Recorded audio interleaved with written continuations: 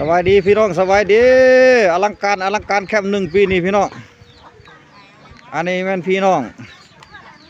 มาจากทุกฝักส่วนพี่น้องมาเก็บกาแฟเนาะบริษัทอาสแปนพี่น้องแต่หลายคักพี่น้องปีนี้อุ้ยอลังการ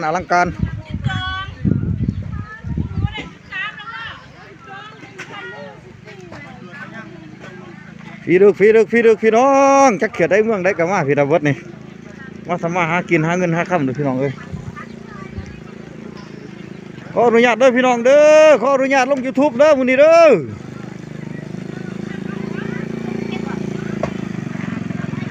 หลายพี่น้องหลายพี่น้องมาหาเงินหาทองนี่แหละอุ้ยหลายคักพี่น้องพี่กำลังเฮ็ดตู้เฮ็ดฟาร์มก็มี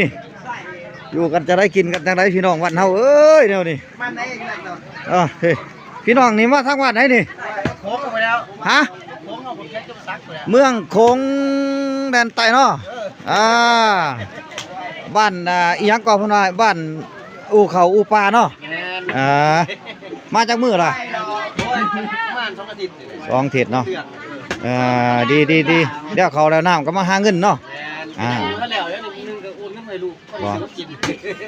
เอาสู่ชีวิตเก็บภาพบรรยากาศก่อนโอ้ยพี่น้องวันเฮาขออนุญาตเด้อพี่น้องเด้อขออนุญาตเด้อโอ้ยผู้ชายผู้สาวกันหลายปีนี้มาอลังการดีๆหรอเนาะบริษัทเฮานี่เนาะปีนี้โดดเด่นขนาดเด้อพี่น้องเด้อโอ้อาสแปนนี่ดังได้ปีนี้เด้อผู้สาวมาตะบ้านไหนล่ะนี่ฮะผู้สาวมาตะบ้านไหนนี่ประชุมเด้อฮะบ้านประชุมเอาบ้านประชุมมันอยู่บ้านไหนเนาะทางไหนเนาะทางแขวงสารวัตรโอ้เมืองสารวัตรบ่แขวงสารวัตรเนาะบ้านปลาซุ่มก็ว่าปลาซุ่มเนาะบ้านปลาซุ่มโอ้บ้านเจ้านี่ก็สิมีความสามัคคีกันดีได้ก็สิปลาซุ่มกันได้เลยเนาะ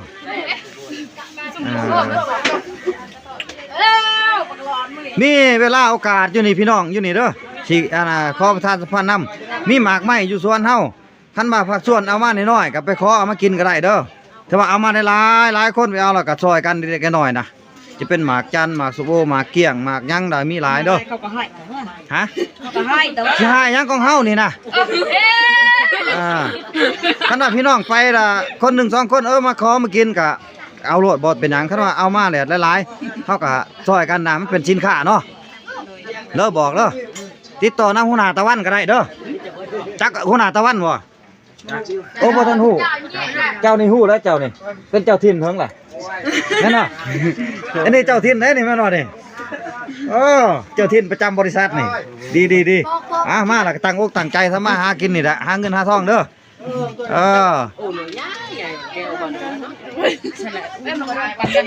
อะไรมาแก้ที่เลย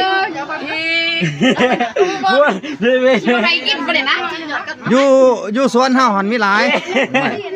ไปเอาเลยมาเบิ่งล่ะจักวันก็ทิศก่อนบางทิศนึงนะ4-5 วันบ่5 วันเจ้ามาอยู่นี่เจ้าบ่ทันสื่อสารหาหัวหน้าตะวันเจ้าบ่โอ้เจ้าฮู้จักเราไว้เด้อหัวหน้าตะวันเราอยู่นี่เนี่ยเจ้าฮู้จักแต่หัวหน้าแสวงบ่ตัวเราชินมากหัวหน้าแสวงเจ้าเสี้ยนเมาเลยแม่นบ่หัวหน้าแสวงตุ้ยหั่นน่ะขี่รถทิ่มหั่นน่ะโอ้เสี้ยนเมาได้ฮะเพิ่นก็เป็นเจ้าถิ่นแหละเพิ่นมาอยู่ดนน่ะดิมือเปิดหลบอันนี้ก็แม่นพี่น้องเนาะมาจากบ้านประชุมเมืองสารวัตรแขวงสารวัตรพี่น้องมีแต่คนโสดเด้ออยู่นี่เด้อ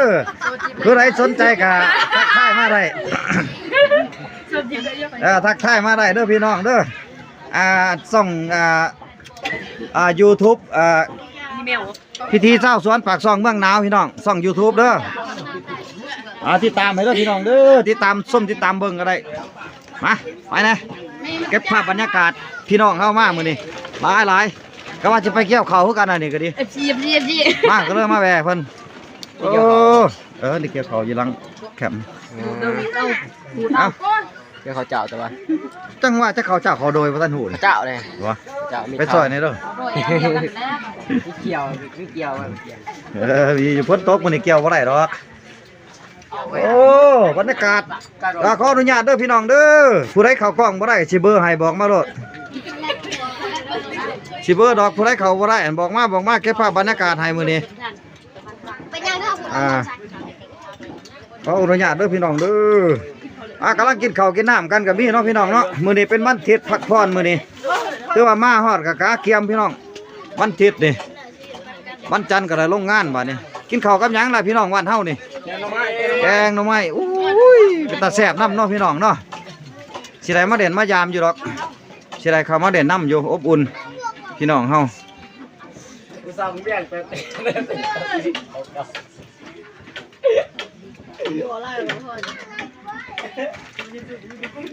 ผู้สาวทั้งบ้านปัดซุ่มเฮานี่เนาะ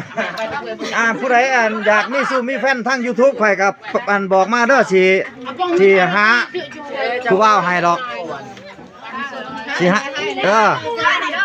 ได้สิติดต่อให้ได้ FG เขาได้ FG ข่อยนี่มีแต่ผู้ว่าวรอๆเลย YouTube นี่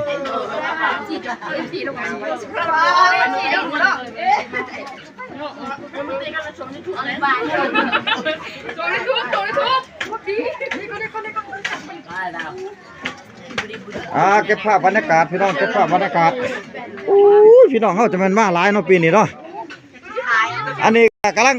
เนาะดวงหลายไปมาตาบ้านได้ทั้งนี้ฮะหน้าผวังน้ำผวังเทิงเมืองชนโอ้มาเนาะมาใกล้เติบเมืองชลบุรีเนาะสาวชลบุรีคนดีน้องมีเสน่ห์แม่นบ่สาวเวียงจันทน์น่าฮักอีดีโอ้คักเลยเนาะ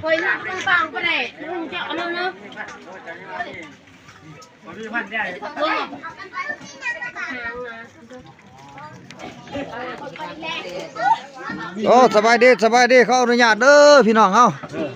บันทึกภาพบรรยากาศไว้ก่อนเพราะได้เบิ่งพี่น้องเฮาบัดน่ะบัดแล้วกาแฟก็เมื่อจากกันแน่เนาะเขาอนุญาตถ่ายรูปนี่เด้อพี่น้องเด้อผู้ใดเข้ากล้องบ่ได้ก็บอกแน่สิเบอร์ไว้ดอกสิเบอร์ให้บ่เป็นหยังดอกสิปิดหน้าปิดตาให้ยัดกล้องแตกอันนี้ก็อ้ายใหญ่เฮาเนาะอ้ายแสวงหัวหน้าวิชาการเพิ่นกำลังนับเงินนับข้องนี่สิให้พี่ให้น้องนี่เอ้ยเนาะเจ้าลูกค้าหลายเนาะปีนี้เนาะดื่มไก่แล้วเนาะเอ้ยคือปีคือว่าอ้ายปีนี้บ่ได้ยินมาอ้ายเลยจักได้ใส่อ้ายฮะบ่ได้ลืมดีใจนำน้องๆปีนี้โอ้ยม่วนบริษัทเฮานี่ถือว่าคึกคืนขนาดนะผู้ใดอยู่ได้ฮอดช่วงสรุปเก็บกาแฟนี่ถือว่าสิมีงานกิจกรรมยิ่งใหญ่ที่สุดปีนี้ฉลองให้เพราะว่าพี่น้องเฮามาหลายเด้ปีใหม่บ่ปีใหม่เพิ่นเฮ็ดทุกปีใหม่แต่ว่าเฉยๆแต่ว่าเก็บกาแฟเนี่ยเพิ่นก็เฮ็ดให้เทื่อนึงส่งกรรมกรเด้ตอนนั้นหัวหน้าแสดงเพิ่นจัดเองดอกเท่าใดเก็บกาแฟเดียวถ้าเป็นปีใหม่เนี่ยสิเป็นทางบริษัทเพิ่นคันว่าแล้วกาแฟนี่หัวหน้าแสดงจัดเองว่าซั่นเลี้ยงน้องเฮาเลี้ยงส่งเอางัวจักโตก็ได้แต่ว่าหัวหน้าเนาะเอาดีใจน้ำพี่น้ำน้องเด้อที่ได้มาโอ้เจ้าอ้ายกล้องเนาะเจ้าเนาะก็สิเบอร์ให้ดอกก็ชื่ออยู่เจ้าหันเสือขาวๆแขบสีดำนี่ก็สิเบอร์ให้เด้อทงเงินกับบางใหญ่นึงระวังเขาปุ่นเด้อ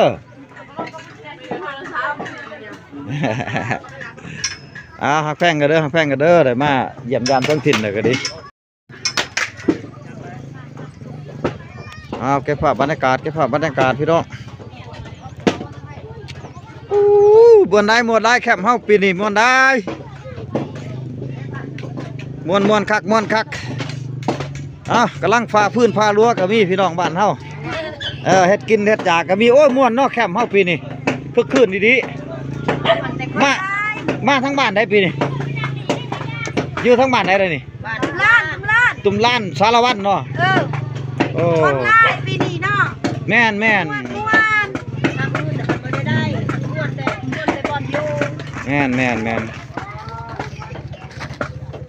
คนทุกคนยากแล้วไปหาเงินโอ้ยบ่ว่าแต่คนทุกคนยากละคนไหนก็หาคือกันเบิด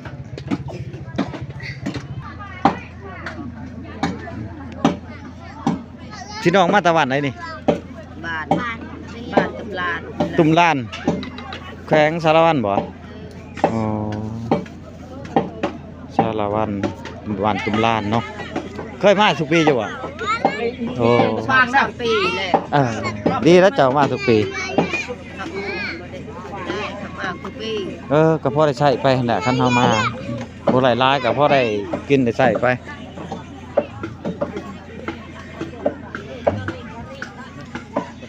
มาแล้วก็อดทนเอา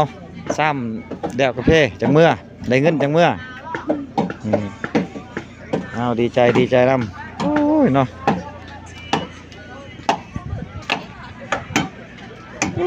คือคืนร้ายปีนี้บรรยากาศเลย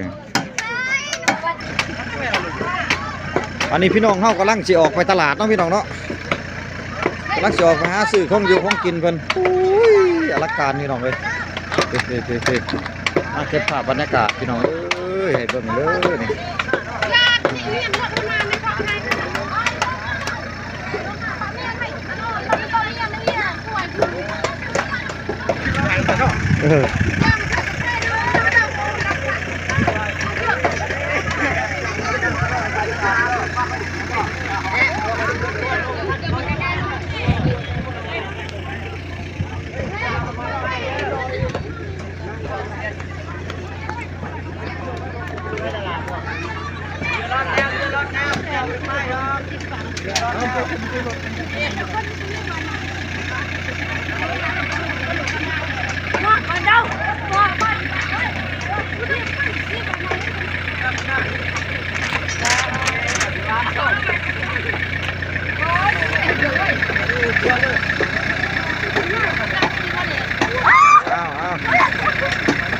ไปตลาดพี่น้องนะซื้อของกินเนี่ยเอายับเอากันนี่เด้อพี่น้องบ้านเฮาเด้อ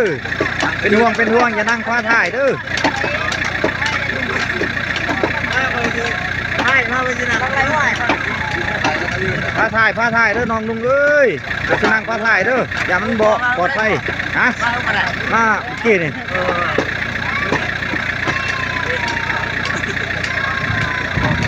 เอาปลอดภัยเดินทางปลอดภัยพี่น้องไปตลาดซื้อของอยู่ของกินเพิ่นผู้ที่นั่งฟ้าถ่ายเด้อเบิ่งกันเด้อฟ้าถ่ายมันบ่แน่นอนได้ฮะคนไก่สาวสารวันอันนี้มันพี่น้องมาจากสารวันเมืองเฮาเนาะ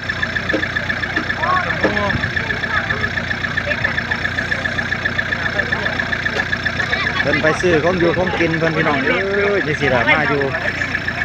ทำมาหากินหาเงินหาทองพี่น้องอยู่บริษัทเก็บกระพงกระเพาะเนาะ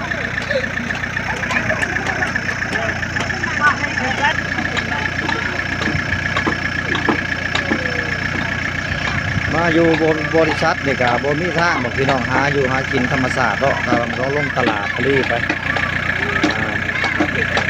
ปตลาดซื้ออาหารการกินมาไว้พี่น้องโอ้ยหลายกว่าขั้วพี่น้องเนาะอยู่น้ำกันนี่ประมาณ10 กว่าขั้วแล้ว10 กว่าขั้วแล้วยังสิมาอีกพี่น้องนี่โอ้จะมันหลายขั้นบาทนี่อลังการแคบนี่ก็ยังสิเต็มปัดอยู่นี่แหละพี่น้องนี่ภาพบรรยากาศพี่น้องสวยงามโอ้อลังการดีพี่น้องบ้านเฮามีก็ยังสิต่อแคมป์ออกมานอกพี่นี่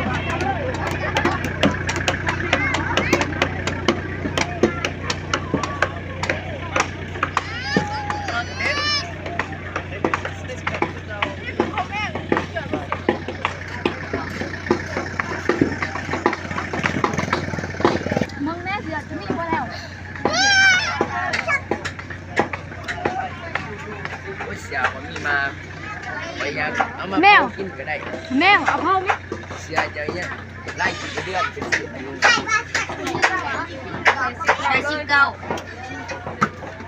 บันทึกรายวันเด้อพี่น้องเด้อมาบันทึกรายวันไปเด้อลงทะบอกทะเบียนจดชื่อจดเสียงไว้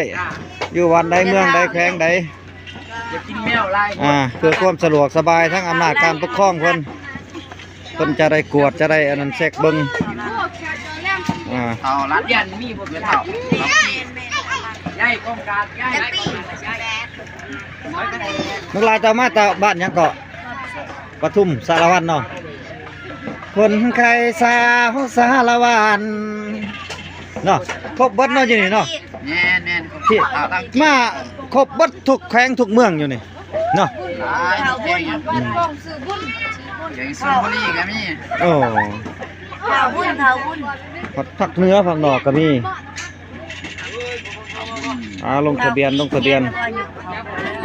จดชื่อจดเสียงใบพี่น้องเอาไปแจ้งทางอำนาจการปกครองบ้านเฮาเนาะเพื่อความ ยิงกับหลาน ตลอดปลอดภัยนี่แหละอยู่น้ำกันหลายคนหลาย ได้แล้ว ชีวิตรวมกัน จังน้อยสิถามค่าไฟนี่บ่ไรล้านหนึ่ง พี่น้องบ้านเฮาไปเมาตลาดซื้อขนมมาเด้อซื้อแกล้มใส่ติ๊บข้าว ได้กินขักเอ้ยมีเกียร์ถอยหลังอีก อยู่บ้านไหนคือกันบ่นี่ผู้นี้โอ้สองคนนี่ปทุมบ้านเดียวกันเนาะบ้านปทุมเมือง อย่าสูบนะแล้ว สารวัตรแขวงสารวัตร อย่าสูบ คนไทยสาวสารวัตร ดาวเนี่ยคุณหนูหัวจนดับอันนี้ เป็นหมู่กันบ่เป็นคนวันเดียวกันบ่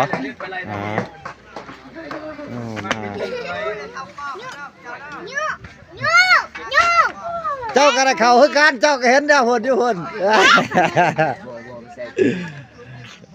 ม่วนอยู่น้ำกันหลายคนนี่ม่วนได้มาเก็บภาพบรรยากาศพี่น้องอยู่แคมป์หนึ่งพี่น้องแคมป์หนึ่งมาให้พี่ให้น้องเฮาเบิ่งนอกปีนี้คือว่าคึกคืนอลังการพี่น้องโอ้หรูหราคลิปนี้ก็สิมีเท่านี้เด้อพี่น้องเด้อถ้าท่านได้เห็นช่อง YouTube เนาะพิธี